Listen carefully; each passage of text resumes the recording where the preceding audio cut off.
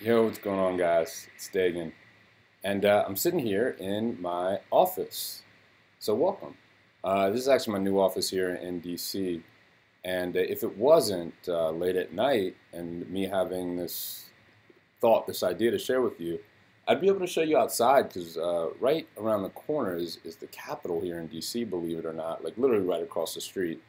And had you asked me, back in 2005 when this whole grand adventure began, if I'd be sitting in a office such as this, running my little online business with the capital of the country right there, I would have called you crazy. But such are things in our crazy world, right? You never know what might happen if you're crazy enough to just go. And that's one of the things that I wanted to just bring up here real quick is that I've spoken to a lot of people about being successful online. They've come to me with questions after questions after questions, year after year after year. And the one thing that holds people back is that little voice that I don't know what might happen. Yeah, can you just tell me? No one can tell you, right? Like no one knows what's going to happen. I don't know what's going to happen. Neither do you.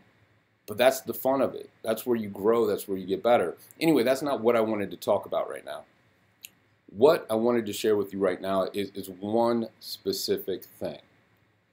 One reason that people fail. One way that people go wrong in the way that they think about their business. And it's a very counterintuitive thing. Now, the way I want to tell you this is real quick is just through my own story, just one little small segment of it.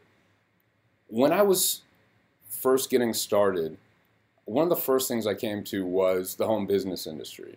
And I was just enraptured by the leverage. It just made a lot of sense. And I wanted to do this stuff online. I wanted to, build a business online, do the things that I'm doing now.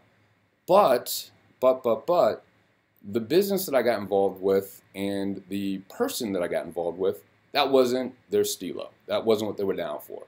So me being the ever flexible, like water student, I said, whatever master says, I shall do.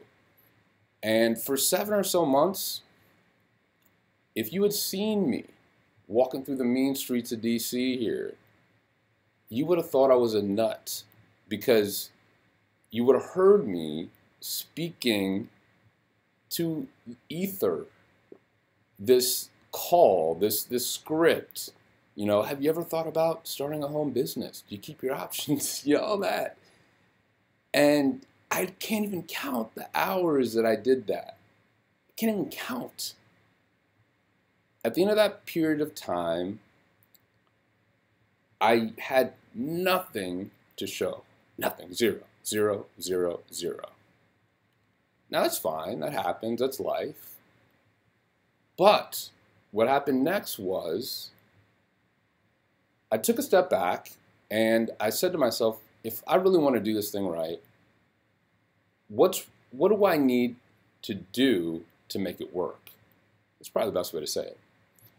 And what I figured out was I needed to, because I sucked at calling people on the phone, needed to have something do that part of the process for me. And through some research and study and observation, I identified exactly what I needed.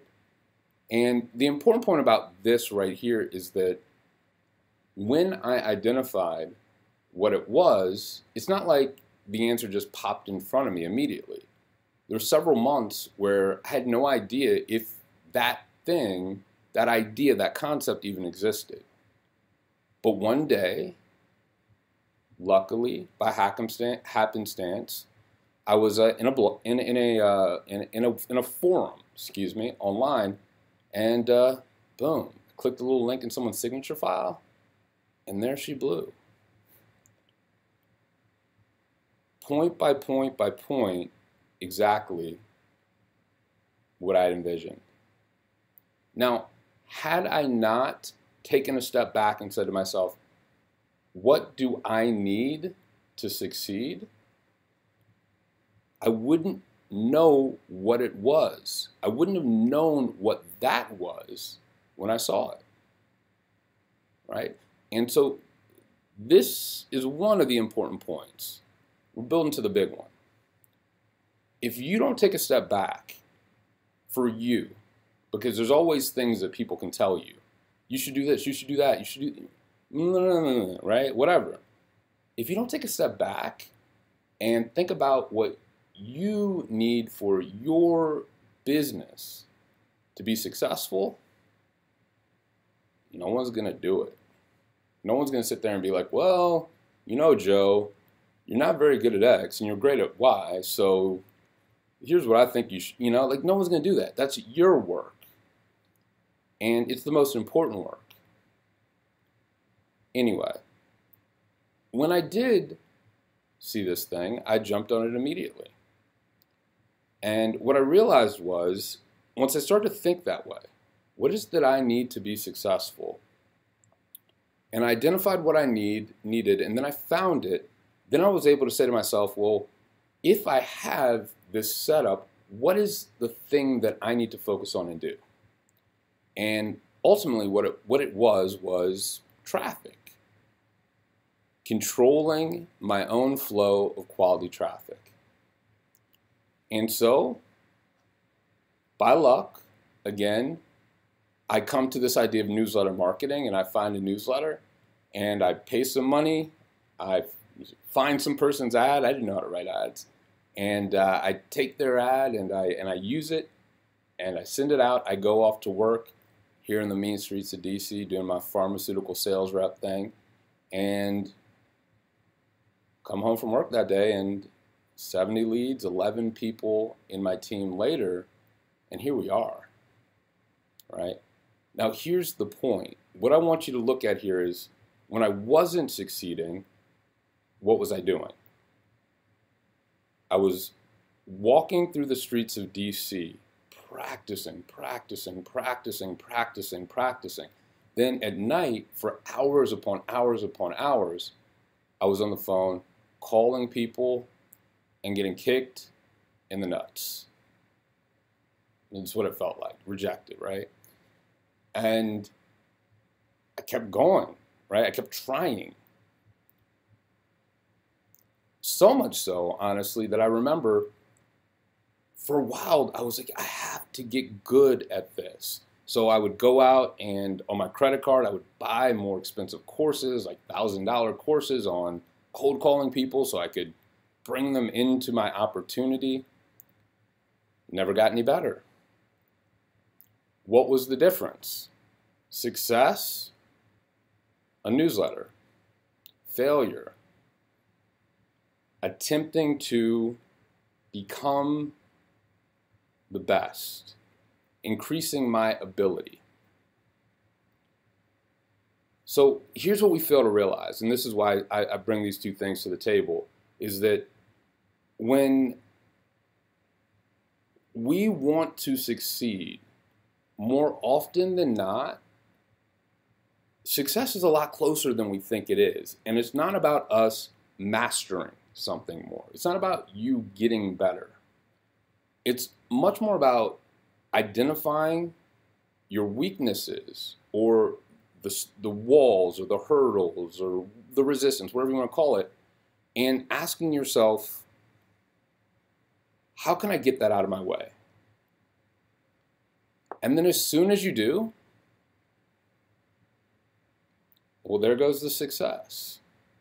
So the thing I want you to think about right now is, are you working too hard? Are you trying to master something that you maybe shouldn't be and don't need to? Could success be a lot closer than you think it is if you were just to say, here's what's stopping me and holding me back, and asking, how can I get over, under, around, or through it? Success is far more about this. It's about removing complexity and simply controlling the things that are necessary. Calling people on the phone isn't necessary. But there's something like that for you, right? There's something like that that you're doing that is absolutely not necessary. What is it? Why are you doing it? Get rid of it. Remember, here's what happens. I'll actually go just slightly deeper here. Once you get on the path of hitting a wall, boom, boom, boom, boom, boom, you can't get past it. You start to try to get better, right? You start to this mastery path.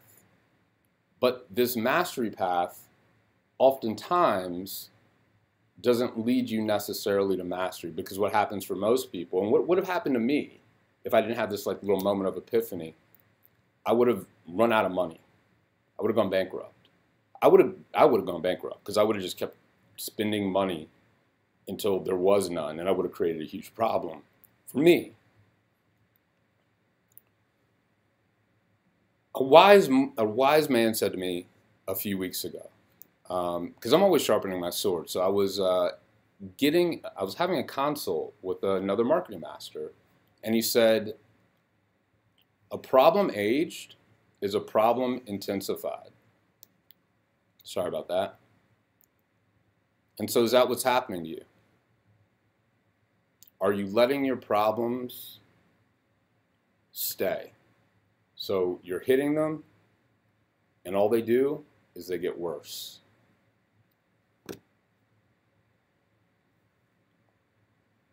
It's a good question. Simply get rid of the problem, remove the barrier, and you'll find success is almost instant, honestly. It's not about force. It's about removing the hurdles. But that takes this. And a lot of people, they want someone else to tell them what to do.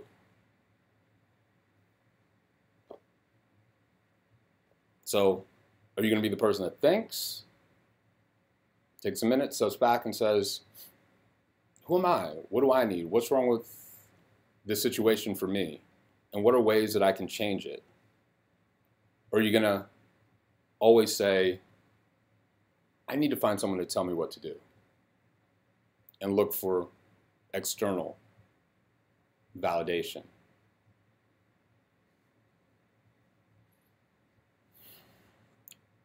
I don't know. That's why I bring it to the table.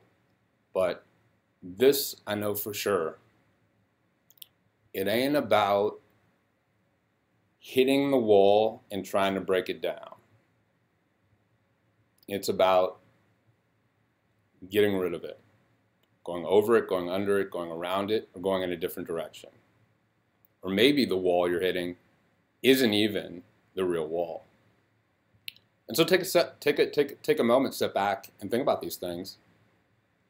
Because I know for a fact, if you do, you'll be not that much closer. You'll be, let's say it's like that. You'll be that far from success. And the thing that takes you over will be effortless. So that's it for today. Get out there, make it happen.